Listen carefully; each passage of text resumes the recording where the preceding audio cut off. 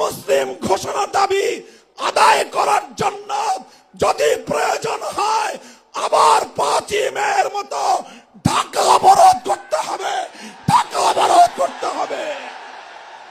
শুধু ঢাকা নয়, প্রয়োজনে জাতীয় সংসদের দিকে লং মার্চ করতে হবে, বাংলাদেশ অবরুদ্ধ করতে হবে, সকল রাজনীতি বন্ধ করে দিতে হবে, পার্লামেন্ট অচল করে দিতে হবে, সচিবালয় বন্ধ হয়ে যাবে, বাংলাদেশ থমকে দাঁড়াবে।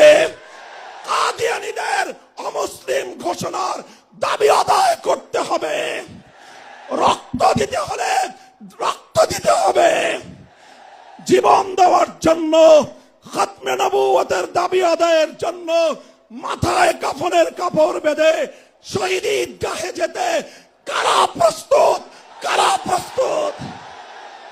ইনশাআল্লাহ এ দাবি আদায় হবে।